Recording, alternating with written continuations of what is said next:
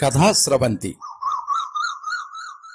నిరంతర కథా ప్రసార వాహిని కథాస్రవంతిని ఆదరిస్తున్న అభిమాన శ్రోతలకు నమస్కారం. ఈనాటి కథకు స్వాగతం. మీరు వినబోయే కథ విద్యా వినయ కుసుమాలు. రచన ప్రొఫెసర్ పిజి మూర్తి.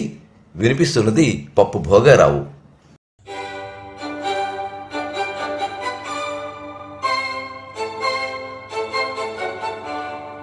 రామసూర్యం గారు విజయనగరంలో స్కూల్ టీచర్గా పనిచేసి ఇటీవల పదవీ విరమణ చేసి విజయనగరం పట్టణంలో స్థిరపడ్డారు. పిల్లలు హైదరాబాద్లో ఒకరు, బెంగళూరులో ఒకరు సాఫ్ట్వేర్ ఉద్యోగాలు చేసుకుంటున్నారు. ఈ సంవత్సరం దశమి తర్వాత జరిగే పైడితల్లమ్మవారి పండగకి దసరా సెలవులు కలిసి రావడం వల్ల వారి పిల్లలతో పాటు మనవలు మనవరాళ్లు విజయనగరం వచ్చారు. పండుగ రోజు సాయంత్రం భోజనాల తర్వాత పిల్లలు గొడవ పడుతూ ఉంటే రామసూర్యం భార్య లక్ష్మి విసుగ్గా చీటికి మాటికి గొడవలని, పిల్లల అల్లరి ఎక్కువ అవుతోందని, భయభక్తులు లేవని, వినయ విధేయతలు అసలే లేవని రామసూర్యంతో మొరపెట్టసాగింది. దీంతో రామసూర్యం గొడవెందుకు అని పిల్లలని ఆరా తీశాడు. దానికి వారు మా స్కూల్ గొప్పది అంటే మా స్కూల్ గొప్పది అని ఎవరికి వారే తెలివైన వారుగా వాదులాడుకుంటున్నారు.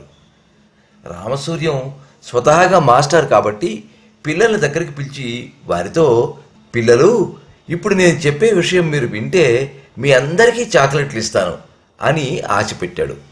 రామసూర్యం విద్యా విలువల గురించి చెబుతూ విద్యతోనే మానవునికి పురోగతి అని, విద్య వలన భృతితో పాటు విలువ మర్యాద దక్కుతుందన్నాడు.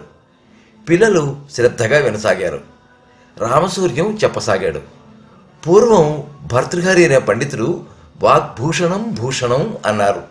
మన పెద్దలు కూడా విద్య ప్రాముఖ్యత గురించి చెప్పేటప్పుడు విద్య లేనివాడు వింత పశువు అంటారు.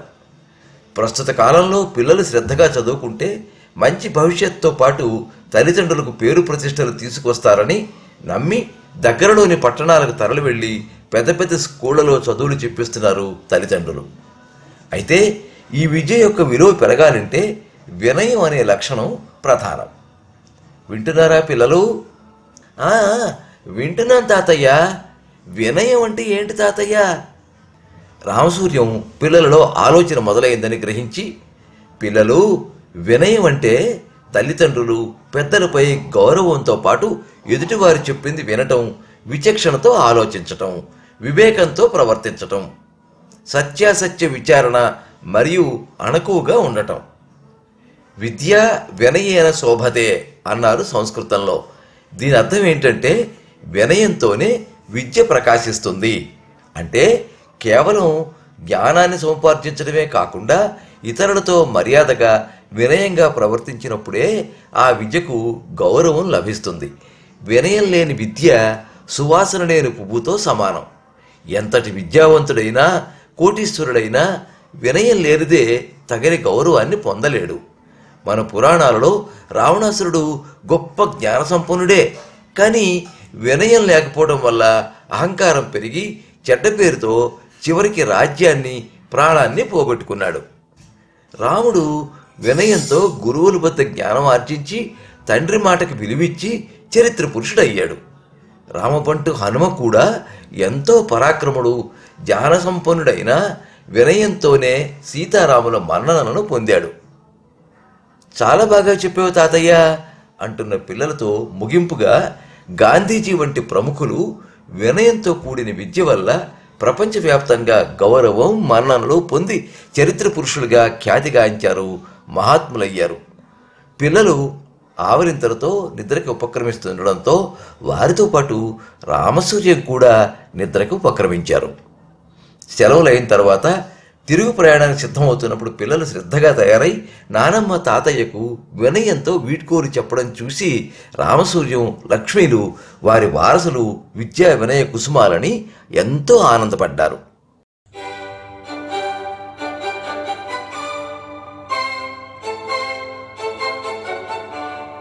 మీరింతవరకు విద్యా వినయ కుసుమాలు కథ విన్నారు. రచన ప్రొఫెసర్ పిజి మూర్తి. వినిపించినది పప్పు భోగారావు.